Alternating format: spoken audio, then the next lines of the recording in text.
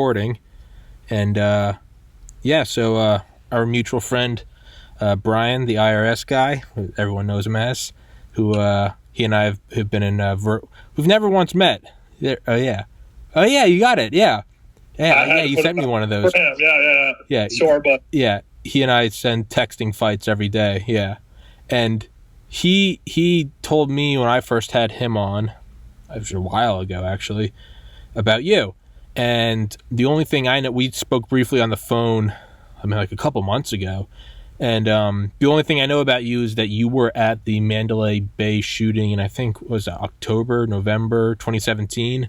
October 1st. Stephen Paddock killed 59 people, including himself, and injured 58 and a half. 58, including him. Yeah.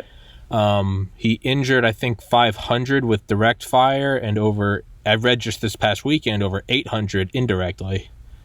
And sure. Yeah.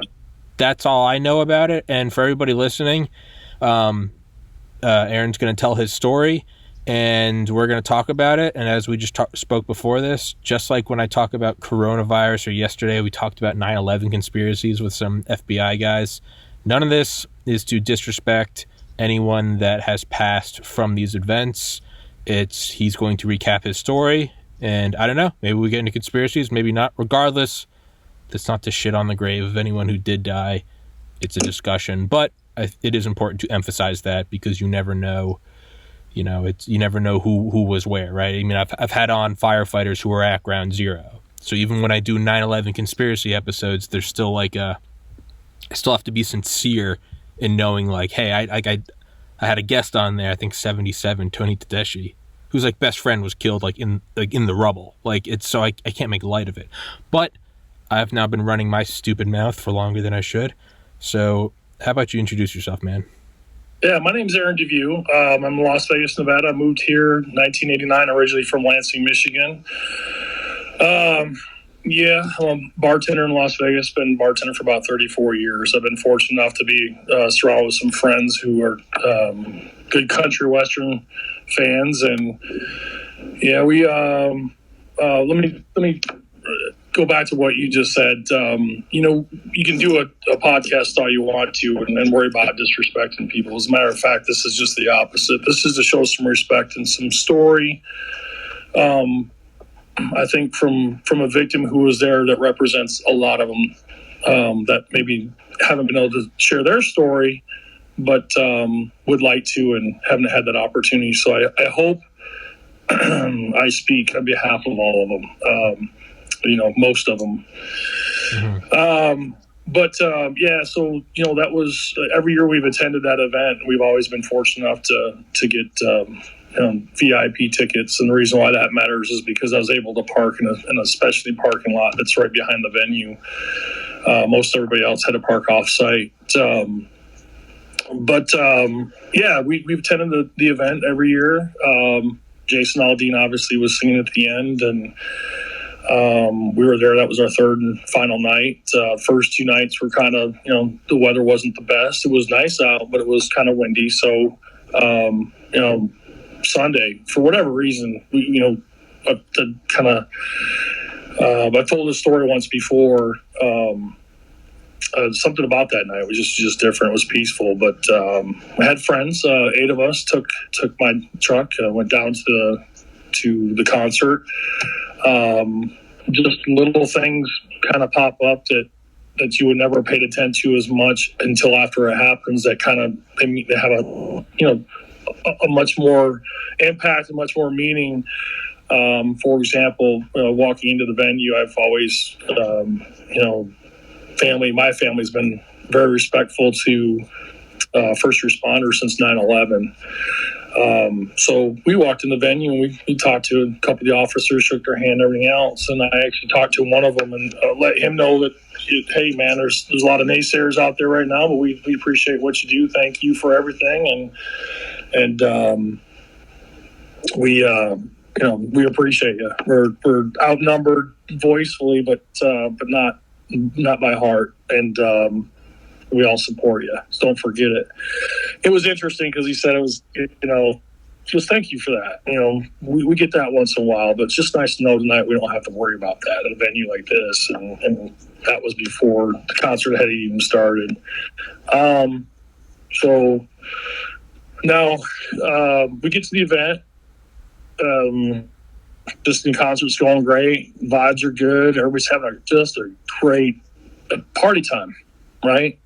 So starts to get dark and Jason's singing, and of course everybody's seen probably highlights of what happened after that.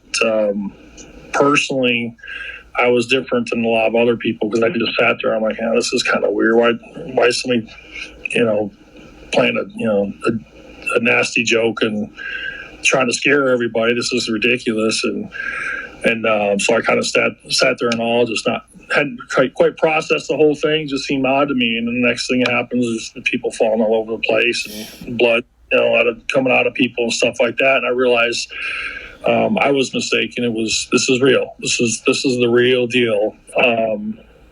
To the point right then, it's like once we start running, we all run, and a couple of girls with us left their purses and just took off.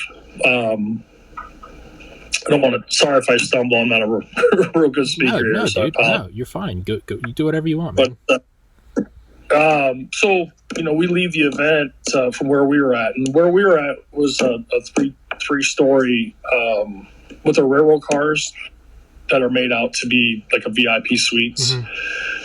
And we're in that area where we were supposed to be sitting up top. We ended up showing up late because the two people we took the night before had too much to drink. So we had to find two other people to take their spot, and gladly they did, but we ran late. So where we normally sit, which were on the side seats, was some other people got our spot on the top of the suite, the third floor, top of the building. And so we ended up having to sit somewhere else. Ironically, the lady that sat in two of our seats ended up getting shot. And so just a lot of, coincidences, or, depends what you believe in life and whatever. But later that comes to be just another small little step. Just made the difference of whether you're here or not. Yeah. So anyway, so we left, all ran from the table where we were sitting, and as we were running away from the street, we didn't know where we were at. The process at the time, I can remember thinking, there's 2 or 3 shooters now in the middle because of all the gunshots and stuff. And I'm not a huge. I've never went out and shot guns to play and to have fun and all that stuff, but hearing all the bullets, I just assumed there was a couple of people possibly on the grounds. So we didn't know where the shots were coming from.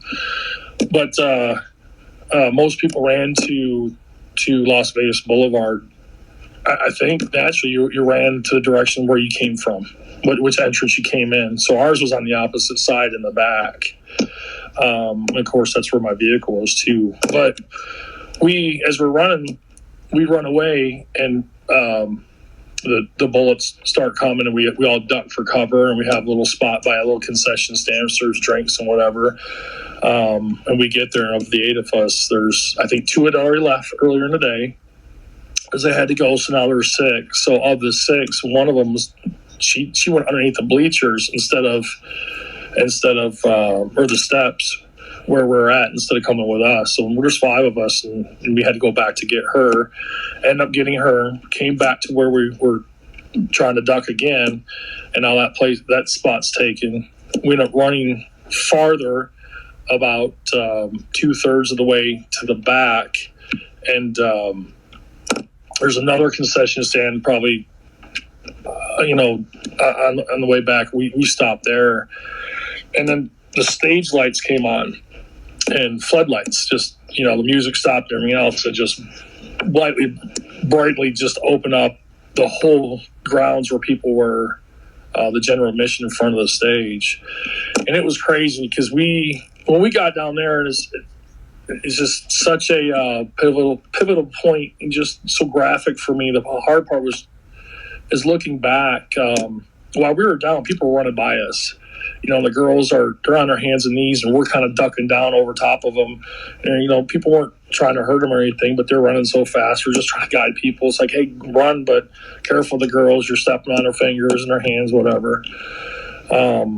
So there was a pause in the shooting, and we had heard that as we were running over, and I remember in the back of my head, subconsciously, hey man, if there's a pause like that again, that's our chance to run again. So wait till the shooting stops and we'll go.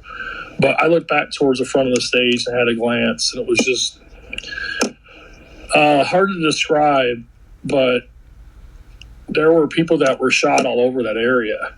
And the people that were shot, everybody ran and skedaddled out of there in seconds, not a minute or less, maybe 2 minutes for some of them, but there was just piles of people. And what that pile was, it looked like a teepee, and it was really odd because it's somebody who had been shot, one or two people, and the family members and friends and the support system was with them trying to figure out, now what do we do? The shooting's happening, and everybody else has ran from the grounds, and they're still there, not able to get that person out, trying to figure out the injuries, what have you, but they're still in harm's way. So, but looking back, it wasn't so much that bothered me. It was just how many of them there were. With 10,000 people out of that venue and probably a couple hundred people still in there, piled up like that, those little spots all over, it's pretty significant. But anyway, so from that point, we were looking over, trying to figure out where we're going to go next. And there's a gate out the back, but before the gate, there's a big square area of about probably 50 porta potties, and it was all gated in, fenced in, and there was only one way in there. Now, it seemed like a good place to go because you have a bunch of obstacles to hide behind or in or whatever else. But what really freaked me out was this guy could come around that concession in a given second, and or guys, still not knowing. Mm-hmm. And they got guns and we don't have anything. We're, you're kind of helpless. So, but what was worse was going into a one gated area where you have an entrance in and the same exit as the entrance. So you're locked in. Now you're there for good. You're not going anywhere. So, split second decision was just, as we're running towards that, we just, screw it. Let's just go around it, get to the gate. Let's get out of here and get to my truck. So we did. Got to the back, and where the back of the venue is, where I went out, there's a small little, it's a road, like a 2-lane road, but that road is kind of it's hard to explain. It's not a normal travel road. It's kind of an access road, and it gets you to a church. The church obviously being closed, but that parking lot was used for all the Metro vehicles to park. Then there was a dirt lot, and that was all for handicap and some VIPs that had passes to get in there. And then another lot, and that's parallel to the stage, and that's where all the buses were, so the artists could stop in, change, get ready, whatever else, or go into afterwards. So those are the three parking lots. And on the other side of that is a wall, and that wall separated the airport. Las Vegas McCarran Airport was right there. A lot of people jumped that wall and ran to all the way down the runway, all the way across. And imagine what the airport's thinking. I've heard those stories. They're like, hey, we got a bunch of people running out of tarmac. This is, they have every right to be shot. Absolutely. For doing what they're doing. It's federal grounds. Yeah. So, but everybody knew something was going on, and everybody's getting a lot of different messages, and planes had to stop flying and whatever have you, because people are all over the place. But that's a whole nother story. But so we ran out that back, and we're out back there. It's just I describe this as a pivotal point for, I think, people that were injured, hurt, or shot, that when we got out the venue, it's like, okay, you felt like you're in less of harm's way, significantly less. So at that point, the first thing you do is, you fall off a hill you do the whole body check, see if anything's been broken or hurt or whatever else. And then there's people that have been shot. The adrenaline had kicked in so much that now that they had a chance to calm down, they're kind of falling in the street and behind the venue as well. So the ones who weren't shot were significant and knocked them down. These people are shot in the arm, leg, or whatever else, and they're back there still able to move, but they're bleeding pretty good and whatever. So we get to the back, and because of all the chaos, there's a lot of emergency vehicles and stuff, public vehicles, whatever, just got everything blocked. And the way to get into the dirt lot where we were at was completely filled up.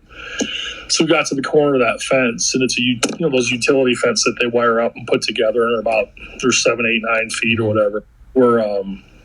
We got to a corner, and there's a few of us. We didn't know what to do, so we have no way of getting my vehicle unless we take the fence down. But this fence isn't coming down. There's no way. That's kind of what you're thinking.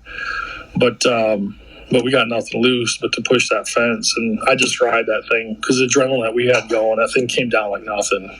It wasn't about being strong or tough or big or anything like that. It was about the adrenaline and the intensity that was going on drew so much energy that it was just a piece of cake. So we get back there, get in my truck, and as we're driving out, we come out that same spot where we tore the fence down. It was the only way out.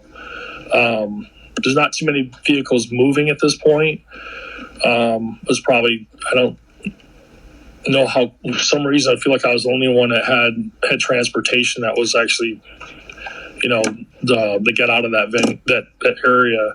But as soon as we got out, there's a guy on the ground with another guy who's laying there, and he's trying to help him out. I don't know if they're friends or whatever, but everybody's screaming in the truck, and you can imagine complete chaos. But I stopped and looked on the window. Hey man, can I help you out? He's like, can you get him in your truck? I'm like, yeah man, just load him up. I think fight or flight kicks in, and if you want to run out of the venue and run for cover, there's nothing wrong with that. But I'm not gonna drive over around anybody. Sure. At this to get out of there. So I think the natural instinct was not being a hero, was just do whatever needs to be done next. It's throwing him in front of my face. It's not about. I don't think I had that much choice. Yeah. People would argue that, but whatever. So we loaded him up, and as we're loading him up, a whole bunch of other people started coming, and they got people they're carrying or holding or whatever else. And at that point, this guy shows up in a wheelbarrow, and he's got a girl laying in a wheelbarrow, and she's looking at me pretty vibrant and peaceful. I mean, maybe a little in shock or whatever else, but she's in a wheelbarrow. I don't know why, but I'm looking at her, and little sweat on her brow and stuff, and I look at her, and he's just talking to her, trying to calm her down, and there's not much change, but I'm thinking I'm doing what I need to do for her while we're loading everybody else up. And he asked me to put her in a truck, and one of the people that was with us, my buddy, comes around, looks at me, looks at her, and then looks at the guy that's with her and says, "Hey man, how long's she not been breathing?" He said, "About 8 minutes. Sorry dude, she's gone." So yeah, sorry, give me a second. No, you're good. She ended up being the youngest of the 58.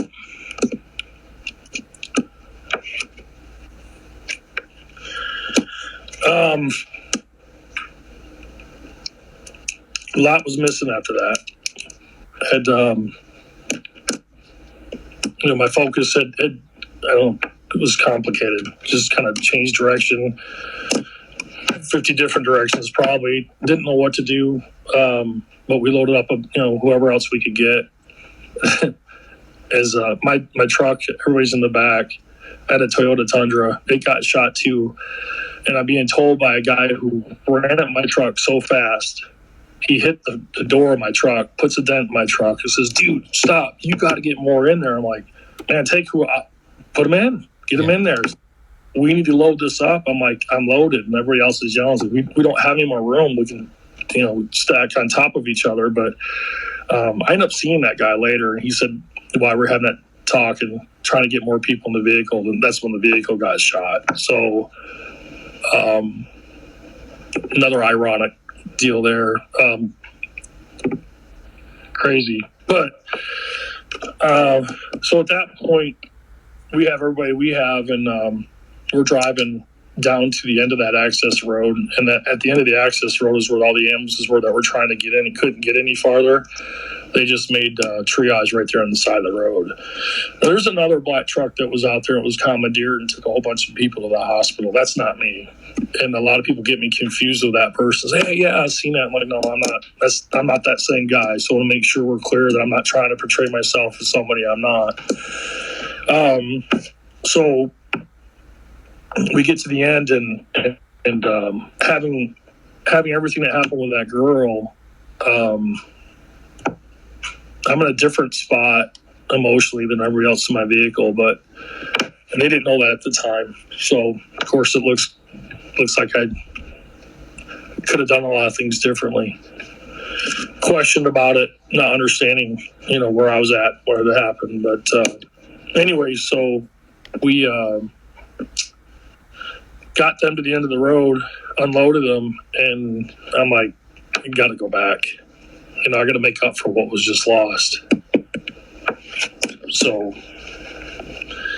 we big argument in the vehicle about me staying or us staying. And at the time, it was all of us were going to stay. I'm like, I don't care. Take the truck, whatever. I'll stay. You guys go ahead, and I'll catch up with you. I'll get home.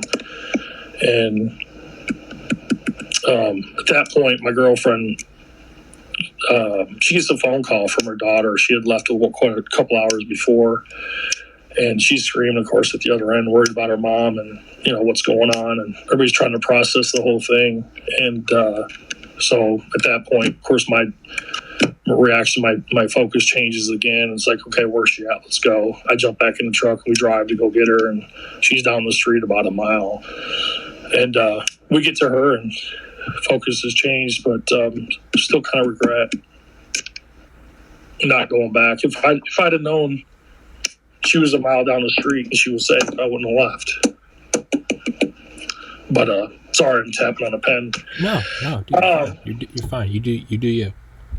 Yeah. So from there, we just all get home, and the amount of vehicles flying down the street, just unmarked cars, like from everywhere, and they're coming in from Arizona, California, all over the place. It was just completely crazy. During that time, we were running out. We had heard there was 3 shooters from 3 different hotels, and that was just like anything else, man. You got people are taking the information they got, and they're trying to spread it with accuracy.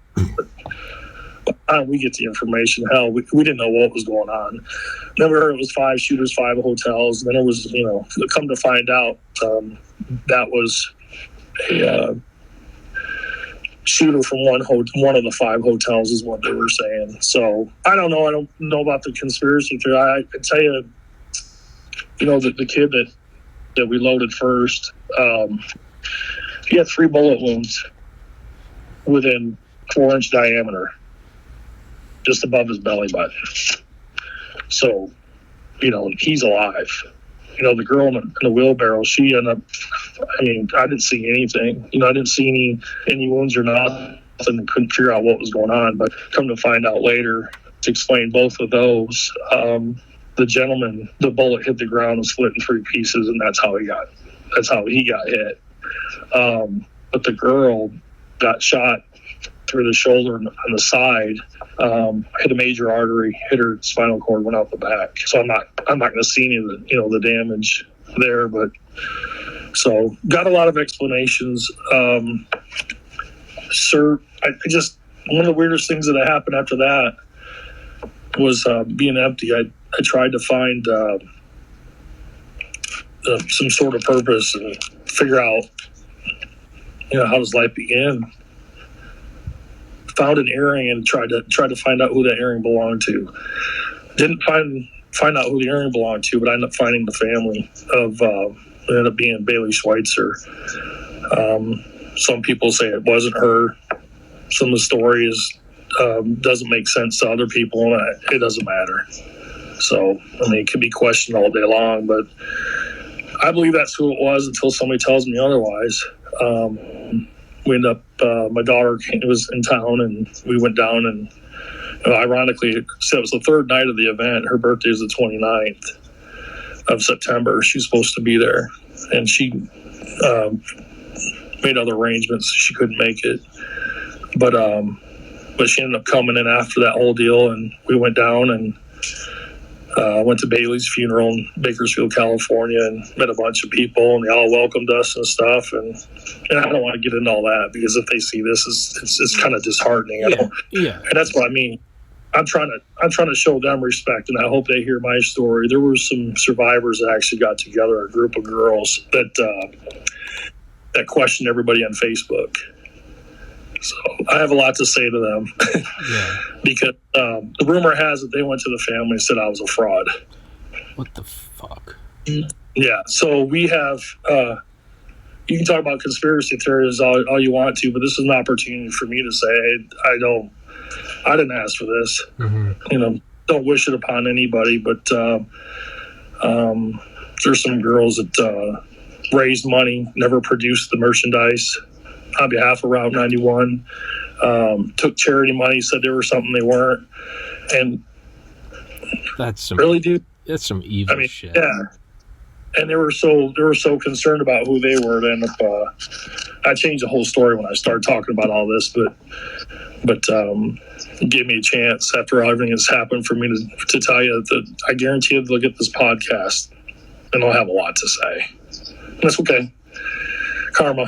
Yeah. They'll get what they deserve. But I just hope they do the right thing and learn from their mistakes. And I didn't mention any names. Mm-hmm. I'm not going to do that. But it was interesting. Bailey, even though she was gone, indirectly, she saved my life. So I can only thank the family. Yeah. And if you hear her story and the family story, she was a vibrant girl, full of life, and just a peaceful, good person. They say the good Lord takes the good ones, and that'd be a good example. But she had a lot. She was doing a lot that night too. So she had a lot of impact on some of us, and if not just me. And so I thank them for that. Yeah. But anyways. Change the subject or something, move on. no, man, that was. Oh, sorry. No, dude, that was absolutely incredible. I hope I'm not cutting you off, because I think we have a little bit of delay between the video, so I don't know when you've stopped. But no, it's always very easy for me, right? Because I'm 30. I'm a jackass. I have this podcast where I get to talk about whatever I want, and I can have on you, and the next day I can have on someone else. And it's so sometimes I need to be brought back down to earth, because when I talk about conspiracies or something like a 9/11 conspiracy, and then I have on my friend Tony Tedeschi, who was a firefighter on 9/11, it makes me realize, like, this isn't all some abstract thing that I can just talk about without ever having to touch it in reality. So having you on here and hearing you tell your story, the vibe I kind of get from your side is, you don't care if there's a conspiracy. You don't care about the, is it this or is it that? It's like, what happened to you, and that's all you're concerned with. I mean, okay, for instance, I've told this story 100 trillion times, so anyone on the podcast is probably pulling their hair out. I lost a sibling to suicide in 2014. I've often thought, what if someone ever asked me, do you think it was a suicide, or what if your brother was offed by... And I often think, like, I don't give a shit. Like, the pain's the same. So... No, man, I do appreciate your story. I do appreciate hearing your side from it, because it's right. Why would you give a shit about a conspiracy? It's like, dude, the dead woman in the wheelbarrow is just the same. Like, the PTSD is just the same. Like, the funeral is just as tragic. the people scamming to get money is just as evil. Like, what does it matter? I mean, it does matter, but I don't want to lose focus by mentioning the girls. It's kind of like a shameless plug for me to sit there and say, hey, sorry you guys went that route. I don't know why you did it, whatever. But you're right, because at the end of the day, nothing's changed. There's no explanation that makes anything okay. Doesn't bring anybody back. Mm-hmm.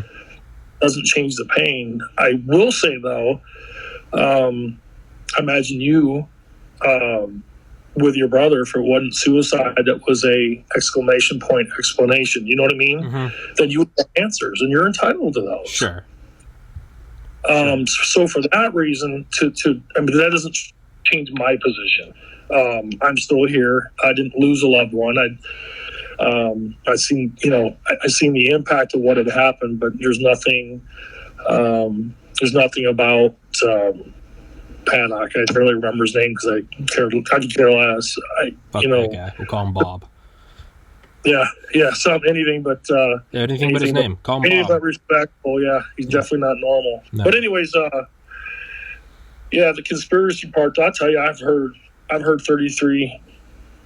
I think I counted, believe it or not, different theories. I didn't pay attention to them, but I will tell you the one thing that's very significant about those theories. They're also drastically different. It could only have been one of the 33.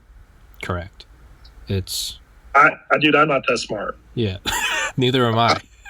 I'm not going to figure it out. I don't want to spend the energy on that. I had my energy needed to be spent elsewhere, and it was. And I'm proud of that. And I was never a bad guy. I say this, I was never a bad guy before, but it's made me a better person. And I don't wish it upon anybody, and I'm sorry for people who lost someone. But, shit happens in our life. We all have junk. And this will help me to, kind of figure out if whatever's ailing me, it needs to be fixed. I think I've done a good job with all that. So I'm a better person because of her and what's happened. So yeah, man. It says 10%. So if we cut off, I'll have to charge, and we'll do it again. We'll continue if you want. So just letting you know. You said your phone's low. 10, but we'll keep going until it goes off. Yeah, so. let's ride this till the wheels fall off, and then we'll do a part 2. Yeah, there you go. It's we have a video delay, so when you're finished talking, your mouth. So if you see me not looking at the camera, it's because it's throwing me for a loop. And my face is doing it too. I'm listening to you talk, and I'm watching my mouth move. The whole thing's weird. So I'm looking off to the side. This is like the patting your head and doing that. I'm like, all right, this is. But one of those old Japanese movies. Yeah, I know. Yeah, right. Yeah, right. The bad dubbing. It's the Japanese moving, but it's just like a Southern drawl, and it's like I was there as it's like Bruce Lee talking. Yeah. But yeah, man, I often, me and my brothers say that about our oldest brother. We say, wouldn't wish it on anyone. I wouldn't wish it on Stephen Paddock, Bob. But it did happen to me. And man, has it been the single most instrumental and educational tool of betterment. I don't think I was a bad person before. But man, if it is not just... Well, look at you now. Yeah. If it is just not, cleared your mind to, know what is important in this world and what is not. I mean, it's just... And again, I don't wish it on... It's a weird catch-22 because it's the single most beneficial and educational and maturation-inducing thing that's ever happened to me, and I wouldn't wish it on anyone. So it's a weird catch-22. But I want to swing back before your battery dies. It is an odd thing what you were saying about going in that night and it was peaceful. I mean, if you read from multiple different testimonies of the day the Titanic sank, they all said that night they're like, this is the cleanest, most smooth ocean they had ever seen. They were writing about it like this is absurd, like this is a once in a lifetime thing. On the morning of September 11th, pilots call it severe clear. It's where there's almost zero not zero, it's impossible, moisture in the air, meaning it's not just clear skies. It's the actual term is severe clear, meaning your vision is limited by the curvature of the earth. There are odd things about days like that where multiple people will say, like, there was something about that day that was just beautiful. And it's such an odd thing because, right, you'd think that there would be some sort of darkness, some dark foreshadowing, but instead, on the days of these massive tragedies, people often report just like a tranquility beforehand, and not even in hindsight, because your brain obviously is now all mixed with emotion. But people do report, like, before it being like, there's something about today that's just beautiful. And to me, it's very, it's curious to hear that. Do you have, I mean, I'm just trying to think, that's, you know, well, what would that be? Yeah. My thought that might be, look, I'm not saying it was or it wasn't. So devil's advocate, I could say, maybe that's our healing mechanism. Sure. Is to say, it was beautiful. Hey, if it was ugly and dark and cloudy and everything else, it'd be more fitting and make a better explanation about what happened after that. That's not, that, I guess first thought on that would be, well, gee, it should have been a dark night. It should have been lightning out there. It's been crazy, whatever else. It's kind of like, I don't know. I don't know where to go with that. Yeah. But I will tell you, that's the part of the healing process that says I need it to be that way. But I'm going to tell you, dude, I don't remember anything about that night that I can say negative. I really don't. Not because of the comparison of what happened afterwards, just because the 2 nights before that were windy as hell. But one night we're up there and was heading the direction that the barbecue that they were cooking out there and they're selling was blowing in our face. Night before that it was windy and the it had the effect of the speakers and the sound. Yeah. So now Sunday night has neither one of those are happening, and of course the talent of the music's better towards the end of the evening as well. Sure. So that has a lot. It's kind of like a good bottle of wine. If you have a good bottle of wine, I spent $100 on 2 bottles of wine. I had hell yeah, man. I had one with some good friends, and it was the best bottle of wine I've ever had. Okay, I had the other bottle of the same brand. I drank it by myself. It wasn't near as It wasn't near as good. Well, it's just the experiment goes with the taste and the senses and everything else. So anyway, absolutely. No. It's and I have often thought about that.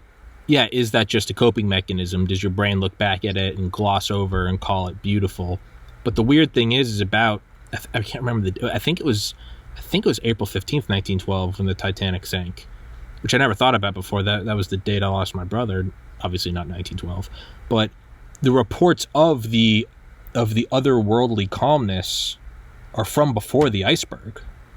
Like, they're from people that had, like, sent out telegrams or to other ships, or people that had written in their diaries that were saved before the ship went down.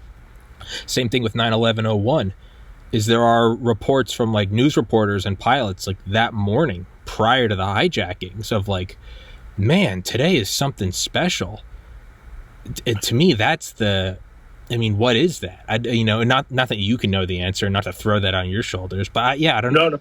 It's, I'm someone that was religious for the first 15 years of my life, not religious at all for the next 15, and I'm slowly, kind of involuntarily moving back towards a believing state. I don't know why, I don't know how, I don't control it, and I don't impose it on anyone. But I don't know, maybe let's just, who knows? Is that the sign of being watched over? I don't, and I know everyone that doesn't believe is rolling their eyes, and that's fine. Is that the sign of, like, hey, it's all going to be okay? Is that the sign of, like, is that... I want to say that, I know because of the delay, sorry to interrupt. No. But I want to say that, what works for you?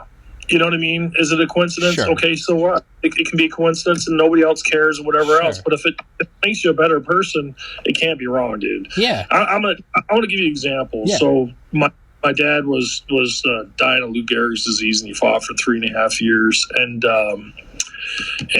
we had the Mount Charleston here in Las Vegas, and it's about a 40-minute drive from the house. It's not that far, but the day my dad's urn gets delivered to my mother at the house, I decided to take a drive with my brother-in-law up the mountain.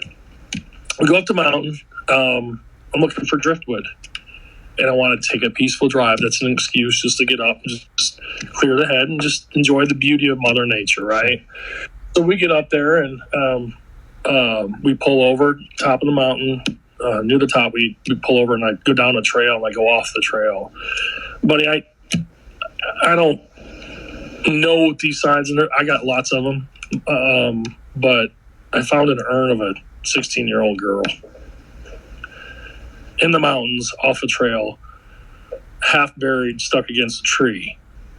So, coincidence? Okay, fine. Yeah. But why am I finding it that day? Why? Yeah. You know what I mean? No. Right at that time. There doesn't have to be an explanation, and there doesn't have to be always a religious factor either. I don't know where people are at in lives, and I'm not throwing it on them either. Sure. But some of those things, again, healing mechanism, right? Coping skills. That's necessary for me to believe, look, my dad just died, and I want to respect and remember him and all that stuff. It makes for a great story. Mm-hmm. And it works. I think the line you said earlier is beautiful. If it makes you a better person, it can't be wrong. And I'm as someone that was pre-med in college, I got into pharmacy school and medical school. I did research. I was a militant atheist for a long time, and the one thing I truly hated was when people tried to push their beliefs on me. So for anybody listening, this is in no way trying to push anything on anyone. But who knows? Maybe you're just an atheist and you view it as just physics and coincidence, and well, cool. Then there's some beauty in that. Just like, hey, what a coincidence! You found X, Y, and Z. You know, but I do. Yeah, who cares? If it makes you a better person, who cares? If you truly, it's like old firing squads. They used to, it'd be like 6 shooters with 5 bullets and 1 blank. No one knew who had the blank, and therefore there was a chance you had the blank, and thus your conscience was clean that you didn't have to execute the prisoner. If you sleep better at night, who cares? If it makes you a better person, who cares? But yeah, man, who cares? I think that's a beautiful way to look at it. And no one can take it away from you. No one can disprove it. No one can say that wasn't God, that wasn't Mother Nature. No one can take it from you. Only you can. Only you can let that go and deny it. And a lot of times I think we all get those experiences, and we don't see them necessarily because we're not ready to see them for whatever reason. So, can't be wrong. Yeah. Hey, what's your phone at? I want to make sure we don't get cut off. I am at very close. All right. Well, I'm at 2%. Okay. Well, hey, how about we wrap it up instead of it wrapping us up? It's let's take control. I'm not done yet, so we got to do this again. Well, absolutely. No, it's what I said to you earlier. As I said, every guest doesn't have to be a one and done thing. I would absolutely love to do a part 2. Let's make sure your phone's charged up, or iPad, or whatever you're using. And Aaron, that was a beautiful talk, man. Thank you for sharing that. I know that was difficult. I've had people share stories on this, namely Tony Tedeschi, telling the story about 9/11. He was still tearing up 19 years later. Hey, man, I appreciate it. And like Tony, you apologize. There's absolutely no reason to apologize. Your apology is not accepted here. It's a beautiful thing that you told that story, and thank you for opening up and making yourself vulnerable and telling that story. And thanks for coming on my podcast, man. I know I'm in a weird hoodie, and we're doing this on FaceTime. But let me end this with telling you that I think we're at our best when we're the most vulnerable. Beautiful. I think that's absolutely. When the guard's down, you have to be. Yep. Yeah. When the guard's down, you just have to be your best person. It's when both people are out of ammo, you got to be like, well, we can't kill each other, so we might as well talk. It's yeah, right. It's who knows, man. But Aaron, let's wrap this one up, man. I'll text you, and we'll put together a part 2. Sounds good, my friend. All right, thank you. Dog. God bless, man. Thanks for coming on here, and I'll text you when it's up, and let's do another one. Yeah, God bless.